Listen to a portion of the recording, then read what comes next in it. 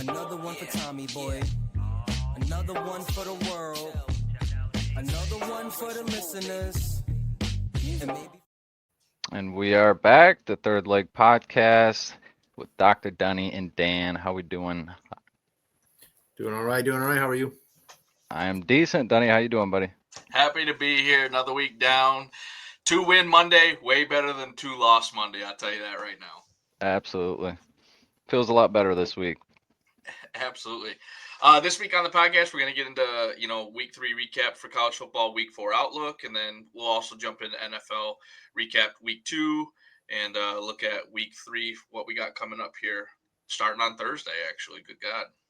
Yes, sir. Only a couple days. That Tuesday, Wednesday, you feel it. They go by so slow. Yeah. You can't even look at like CBS or ESPN because nobody cares about baseball right now. We just don't care unless we got some WNBA on. I mean, no disrespect. Hey, the playoffs started, boy. The playoffs started. We're in some playoff season.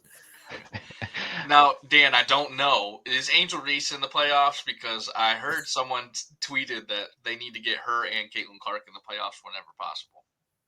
They are not in the playoffs. They are fucking bad, brother. And the Fever actually also should not be in the playoffs. But I don't know if you guys know this, but the WNBA, I don't know if the NBA has a midseason tournament, right? Yep. Yeah. Does the winner of that go to the playoffs automatically? No. The WNBA, there's a midseason tournament. The winner qualifies for the playoffs. And so since the Fever won that, they got an automatic bid. What? It shouldn't be because Caitlin Clark's been out over half the season, I think. Like she's shut down for the playoffs. So they wouldn't have made the playoffs if they didn't win that. So Yikes. kind of crazy. But I had no idea that was even in WNBA. You're blowing my mind right now. It's the Commissioner's Cup. The Fever won it. They were good at the beginning of the season, and then they've been kind of dog shit. Half their team's hurt. I think there was a picture a couple days ago. Their whole I think it was like half. There wasn't enough seats on the bench for their team to sit, so they're in the stands sitting.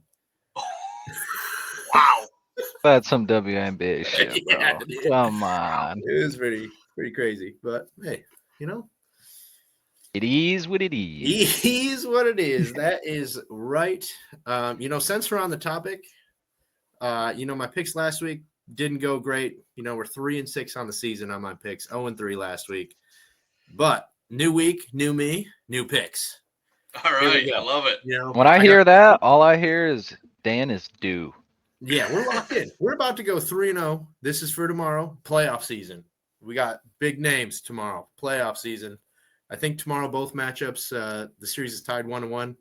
Round 1, they only play 3 games, so winner goes on. Okay. So we're taking Kelsey Mitchell, 20-plus points, minus 130. Ryan Howard, 18-plus points, minus 110. And then we're going Asia Wilson, 40-plus points, rebounds, assists, plus 105. Lock it in. Right. We'll take it, baby. All day, Lock every it day. in. Lock it in. That sounds like 3-0 take some to notes me. here. Yeah. 3-0 to me. Will be 6-6 on the season after this. Perfect. 50%. Back to even by next week, baby. Yeah, back to even. And then next week's picks will be at 75% for sure. Oh, big yikes. Here we go. Lock it down. All right. Well, what surprised you last week in college football? I think Dan's got to, address his comments that he made last week about our boy from Michigan here. We look great. 63-3 ass whooping of the Chippewas. And Bryce Underwood did not look like Joe Milton 2.0. So go ahead, Dan. Tell everyone. Yeah, he looked way better in this week's matchup. A lot faster than he did against Oklahoma. A little more decisive. What I loved the way he played. He did throw that one pick, but it's growing pains. It is what it is. Kind of needs to happen. I'd rather it happen against Central than some random ass team. But at the end of the day, I like that they opened the playbook. But why? Like, why did you wait? You played Oklahoma week 2. You needed to do that then. We didn't need to wait for Central to just open the floodgates. Oh, Central's not great. We did what we were supposed to do. So let's see how the rest. This week's matchup against Nebraska. This is what the rest of our season is going to matter on. We need to beat them. They're a solid team. They throw the ball a lot. our DBs kind of seem like they ain't great. They got to step up this week, so we'll see. Yeah, I feel like half of the Michigan fan base is like overly excited as usual, and then the other half after that game was like, all right, week 1 and week 3 looked pretty similar. What the fuck happened when it mattered? There was obviously the environment of not being at home. That plays a massive factor. Big road game, first road game for our quarterback and a lot of these players, especially playing together.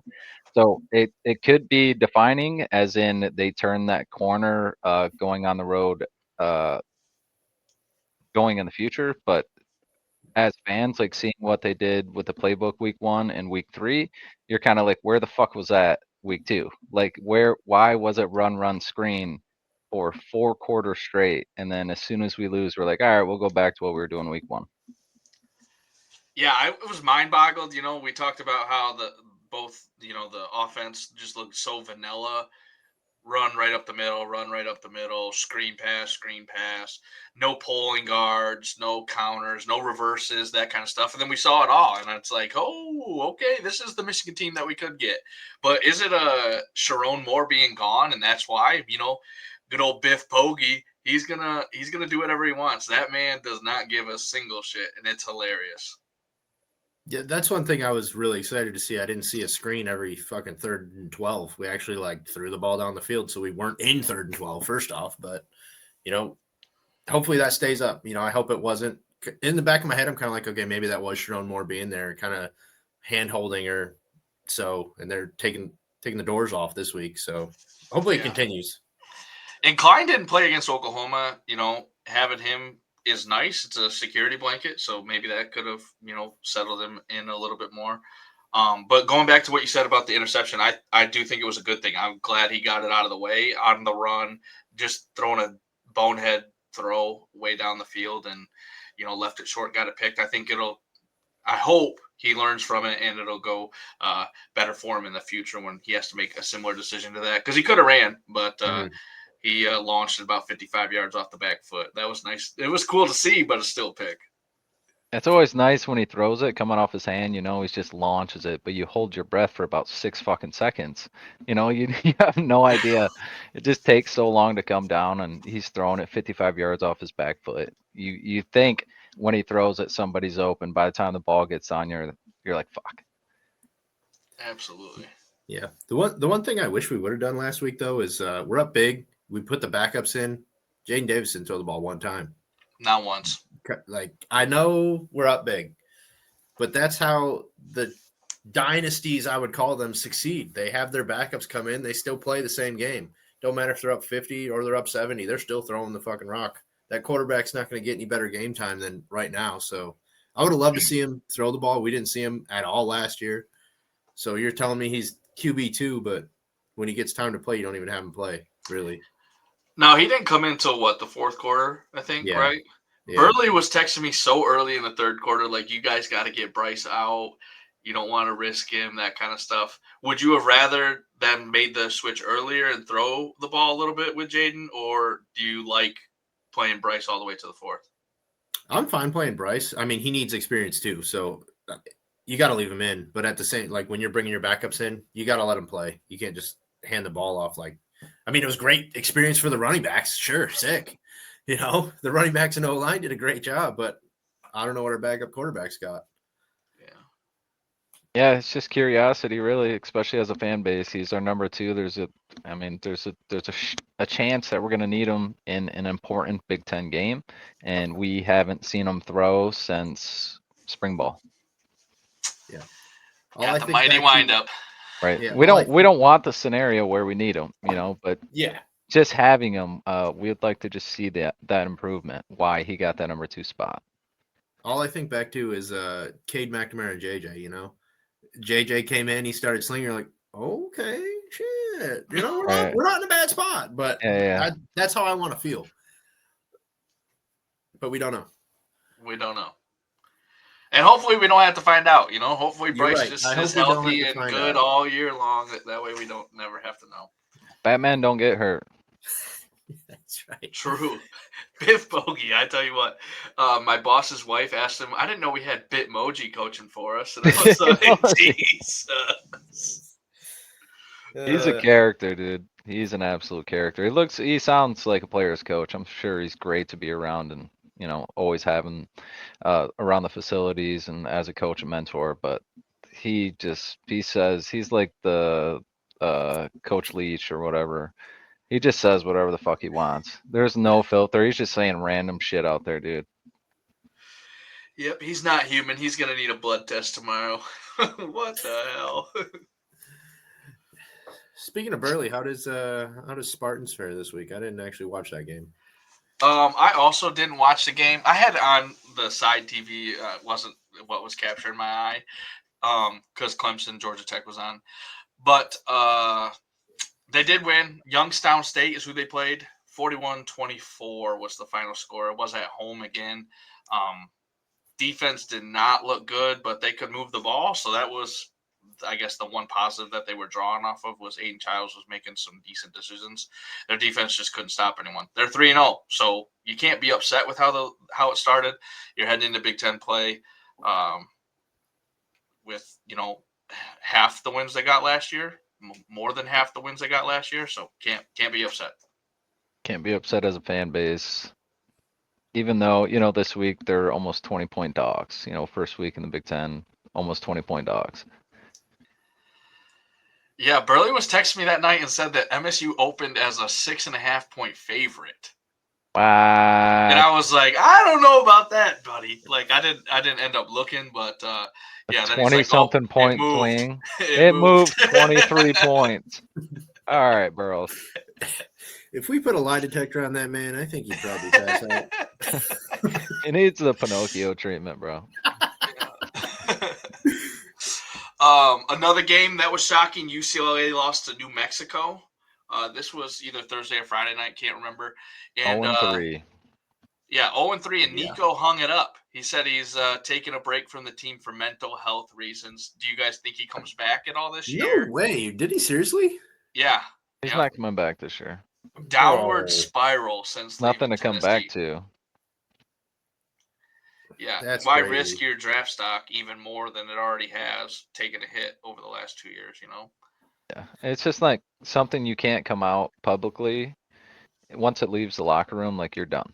Yep. You lost the locker room, you lost the fan base. I mean, you're done. Especially at the quarterback position, it is very tough to overcome that. Yeah, you're gonna have to go into Alabama and beat them, or some shit. You're gonna have to have a crazy bounce back for you to be welcomed back with open arms. Right. And there were some big cappers on UCLA. They were not happy with his performance. I mean, I thought I can imagine. He did good at Tennessee. Like, he wasn't bad, but now it's like, okay, was he just a system QB? I mean, Tennessee's quarterback's ripping. Right. Yeah. Well, I know they have a lot more athletes. They have a better defense. So it's like he went to a worse team and then just tried to be that guy, get the bag, and then realized, fuck, I actually liked winning and being on a good team, playing in the SEC. Like, the bag chase, it took 3 weeks, and he was like, yeah, fuck this. I'm out of here. Agreed. That's crazy. I didn't see that. That's crazy. Oregon, they beat Northwestern in week 1 for them for Big Ten, 34-14. The closing line was 24.5, and Northwestern ripped off a 70-yarder to get the backdoor cover.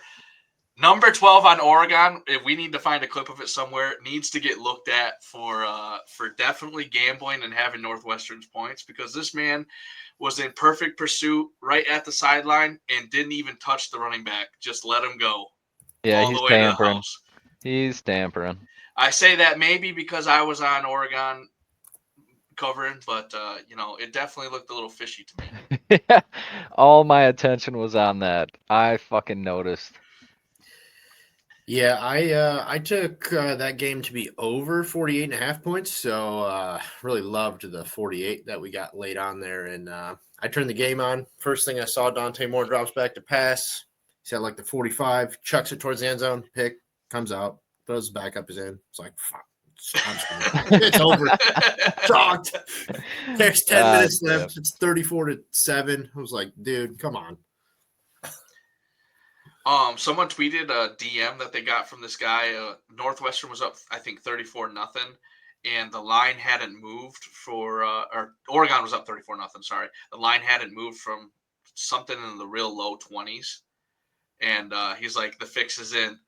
Watch, and then Northwestern scored, and then Northwestern scored again. It's like, God damn, Vegas, They come on. know.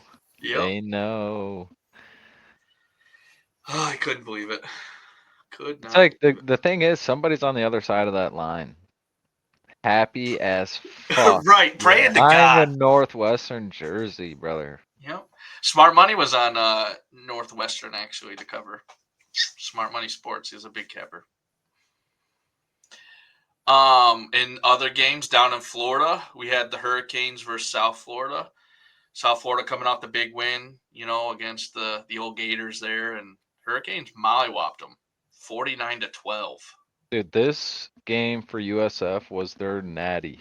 They don't play anybody else. They guarantee they go to the playoffs, even if they lost in their conference championship. This is the last game they had on their schedule that meant anything. Obviously, they still went out, do something, like they can still go, but this was their natty. So to see them get blown out like that's tough. They're usually they have been the team to play up to their opponent's standard, and they're playing really close games. They've had a couple upsets over the last few years, so they know how to get it done, and it did not show this week. So either hats off to Miami or USF just laid an egg. Yeah, I think it's kind of tough too with the rain delay, just for them. They're probably in the mentality, hey, we're going to come out here, we're going to play hard. Then that rain delay was pretty long. 3 hours. Yeah, it was 3 hours. Trying to keep yourself focused for that long, especially if you're that much of a dog. Yeah. Tough pull. Rain delays sure. will do that to you. Will definitely do that to you. Yeah, and I don't think they went into it being like the trench favorites. So the rain and muddying up the terrain's only going to help the team with the better bubs. So that did not help them whatsoever. They need big plays. They need to get one-on-one scenarios and catch them off guard, and that does not play in your favor. Not at all. Yeah, we talked about it a little bit last week. USF, their to go undefeated was like plus 1,100 or something like that. So if you wanted to take them to do that instead of the money line, that was kind of the bet because they had no one after. You were right. That was a cakewalk. Yep, because after their week 2 win, they had an 80% chance to go to the playoffs. And they had a 3 or 6% or some shit like that. Before? It was like stupid low. Yeah, and then they won week 2, and then they had an 80% chance because they didn't have anyone else. Damn. But they might run the table, and then it's going to be a discussion. I mean, they're a one-loss team. Yeah, depends on how Florida and Boise bounce back. For sure. Yeah, I mean, I'd also think if Hurricanes come in, if they finish the season, they could be looking very well at the number 1 spot. I mean, they play some tough matchups. They played some good games. So they come in at 1. USF's 12. Couldn't be a bad loss. Yeah. For sure. From a non-exciting game to a really exciting game, Georgia, Tennessee. This was the fun one to watch. 44-41. Overtime thriller. Heartbreaker for the Volunteers. They had a huge lead. And then let Georgia just slowly creep back, scored, took the lead. Tennessee had a chance to win it at the end, and kicker Shankopotamus came out. Kicker shanked it. They had a timeout or 2, and it was like 3rd and 7 or something. They had another opportunity to get some more yards, and they just trusted their kicker, and he didn't put up. And like you were talking about, he kicked the same kick in overtime when they went 3 and out and fucking banged it. Yep. So it's just tough to see. It's just one kick. He can kick 10, 12, 15 in a row, but it's the one, to win the game that people remember. So the kickers have an crazy, crazy job. I'm not here for the kicker hate. He tried his best, man. He came out here. He He tried, all right. Yeah, but I mean, like you're saying, they should have taken another play. I think I don't know if I'm thinking of the right game, but I'm pretty sure they had a false start or something right before that, and then they were like, "Oh no, we're not." They took a penalty, so it backed them up a little further, and then they didn't run another play. They should have just ran the play. Still, they still Yeah. had time. They had a timeout. Could have got something. Yeah, You so know, they I got think they were- -5 yards, and then they're like, "Fuck it, we can't risk another one," yeah, and then I ran mean, the play. I think they were probably just going to center the ball on that last play or the play before that penalty. So, I mean, tough call. Would it have mattered? We're never going to know, but Right. would have liked to see it just for the kicker's sake. He's trying to I'm sure the motivate a lot. kicker would have at least liked that centering. Looking Yeah, he would have looking liked. at it now, he's like, "Oh, you gonna Yeah, put that on me?" yeah. I mean, just thinking from like his kicker mindset, like he's like, okay, I'm kicking this 40-yard kick. This is what I got. 40-yard. I'm going to be center of the field. I got leeway either way. Oh, then we got a penalty. I'm backed up 45. I got to change my mindset. Really shouldn't matter, but you're thinking of all those things as you're out there trying to make that shit. 40 So, from the middle or 45 from the right hash. A little different. A little different on the kick. Good on Kirby too. After the game, said Tennessee deserved to win this game. They should have won For this sure. game. Yeah, right? that was a stand-up post conference speech or post game speech for sure. Yep. I think looking at both those teams, though, you're still looking at two teams that could be in the definitely playoff, make the playoff for sure. Yeah, Felt that like quarterback for Tennessee looks good. it does. The offense looks good. I mean, it's tough watching because I've seen Georgia do this so many times over the last 3-4 years to SEC opponents or just anyone in general. Really, they've played a lot of close games, but they Mhm. always find a way to finish, dude. It's unreal what Kirby's done in the last couple years of close games. Not wrong, definitely not wrong. I will say Tennessee's quarterback, the one thing he's got to improve on, he's just throwing Hail Marys sometimes, chucking the ball up there and letting their athletes go make a play, which is good for him, trusting your wide receiver, but maybe not do it so much. I think he threw a pick, which could have, cost him a little bit. But from one high scoring game to another high scoring game, Notre Dame starts 0-2. Mississippi State takes them down in South Bend, 41-40. Did you guys watch this one? I watched the last couple minutes. I didn't watch the whole thing, but I mean, I kind of feel bad for Notre Dame, man. 2 close games back to back. It's tough. Your freshman quarterbacks out there carrying you guys, trying to get the win, but your defense just ain't holding up. It's tough. Yeah, it's Tough to unlucky, watch. man. Yeah, unlucky. It's tough to watch, but at least they're giving them the benefit of the doubt and keeping them in the top 25 without a win. 0-2, they're ranked like 24th. Now I got a trivia question for you here. Oh When Lord. was the last time a team was 0-2 and was ranked in the top 25? Dunny, don't be cheating. I'm not cheating. 0-2 and in the top 25. Yeah, so who was the last team to start 0-2 and be ranked in the top 25? Give me the team in the year. Jesus Christ, buddy. Christ, you need a little something, huh? Yeah, I'm going to guess something like Clemson because they typically start off with a tough opponent, or maybe like Ohio State started off with a tough opponent not too long ago. I can't remember. I don't know what year. This is tough. Don't tell me it's not Michigan. Michigan didn't start 0-2. I have no idea. I want to go SEC. Like someone in the SEC that played 2 good teams or something. I don't know. Dan, who is it? You're all right. Having way too much. I'm over here gritting. I'm gritting here. The last team to start 0-2, we ranked in the top 25, was Michigan. Damn. No shot. When we lost to UConn or when we lost to App State? 1988. So we weren't even born yet. We finished number 4 in the country that year. So we started 0-2, didn't lose a game the rest of the season, finished number 4. Wow. 1988. 1988 Michigan. That is not what I was guessing. Yikes. Not what I was thinking either. Thanks for that. You're welcome. I got you. That is crazy. It really is.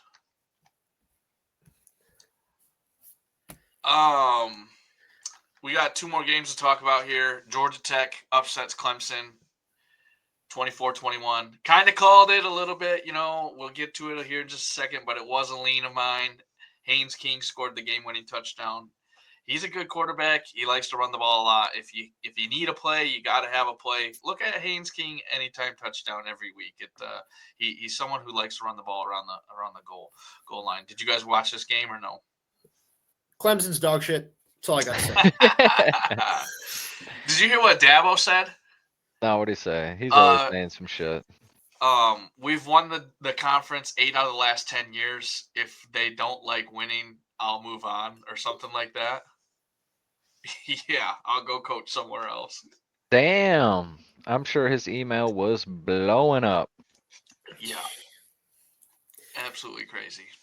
I mean, it's he's not wrong, but you're also you're playing for a team in a school that expects more, so you can't be losing to Georgia Tech. Georgia Tech's a good team this year. 3-0. They could be ACC champs. Come on now. Yeah, you can feel that, and like most people understand what he's saying, but at the end of the day, you just can't say that, especially in that moment where it's like an oppressor. It's just like, we already lost. Let's do no more damage. Let's just get the fuck out of this state and go back and yeah. I don't know. I just feel like as a coach, it's just like, just leave it alone. Leave it alone. That's probably a stupid question. I didn't even see what they asked, but probably just got him hot and he just responded. That's usually what it is. It's, they know they can get Dabo pretty easy. Yeah, somebody was baiting him. And I mean, I think it also kind of goes to show his like mentality for getting Clemson football back on track or where they were, 5 years ago. Like, he doesn't want to use the transfer portal. He wants to use traditional methods. Well, you got to get with the times, buddy. You got to move past that. You can't. We're not in that era anymore. And that being said, Clemson could still make the playoff.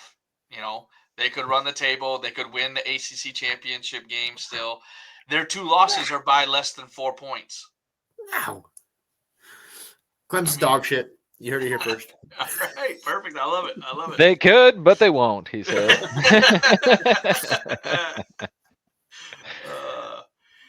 Oh, gosh. And then, Dan, last game. What do you got? NC State versus Wake Forest. Hollywood Smothers, my boy. We got the wolf pack out. Got the dogs barking. They're out. Hollywood Smothers showing off another 100+ yard performance. I think what did he have? Almost 170, I think. He was cruising. I might be a little overshooting that, but so no, the I one think he hasn't got 100 is the one we bet on him, huh? Yeah. Unfortunately. Yeah. Him and That's CJ the way Bailey, she goes. Yeah, him and CJ Bailey, they're tearing it up. I think NC State. I don't think they're going to win the ACC this year, but I think they're going to mess around. They're going to blow up some people. So, I think they got some good matchups later in the season against some ACC opponents. So we'll see how they do. But I'm high on that Wolfpack team. Perfect. Oh, hell yeah, team to watch. There we go. Recapping, my bets went 4 for 2 or 4 and 2. 4 for 6 on the season. I moved to 10-7. So if you're tailing me last week, it was a good week. Leans went 3 and 2. They're not official plays, but we did have a good week in college football last week. Yeah, Dunny, you weren't the only one who did good. All right, I went 3-1 this week, so we're almost up to 50% of the season. We're 7-8, but our only loss last week was USF. They didn't cover. Rain delay kind of impacted that, I think, but 3 wins, we'll take it. Better than week 1 and 2. Yeah, we don't count that, the rain delay. Slide that off the slate. Yeah, we'll slide that off. We'll still count it in the overall, but we'll forget about it. Forget about it. You guys talked about conference winners. I'm just going to go over mine real quick. Last episode. So if you guys are still listening. Michigan for the Big Ten, of course. I mean, come on. Right. I got Georgia for the Okay. SEC. I just think, like I was talking about, these are not teams that I want to win. These are the teams I think that are going to win. I have Iowa State, and I have Miami. Okay. All right. We I did think for a Dan and little I, bit. I think Dan and I were both on Iowa State for Big 12, but other than that, I think we got different winners for all the conferences. Iowa State one was, I mean, we've been too high on Iowa State to not pick them to Absolutely. just run the Who'd table. you say ACC Miami? Yeah. I was on Miami too. Yeah. Great minds think alike. That's what they say. I think they win this week and they're gooch, so it's really coming down to this week. Watch old Georgia Tech. They might have something to say about it. But hey, Yeah, I ain't put it past them. before we jump to week 3, we did hit the Third Leg podcast. Our first parlay that we came up with hit. Boom! Plus 955. Illinois covered 27.5. Bama covered 20.5. NC State covered 4. And then Purdue covered 21.5 against USC. What Big an Boilermaker guy here. Big Purdue Boilermaker. Yeah. Get the jerseys in. We're looking to go back to back, so pay attention for week 3, the podcast parlay coming up soon.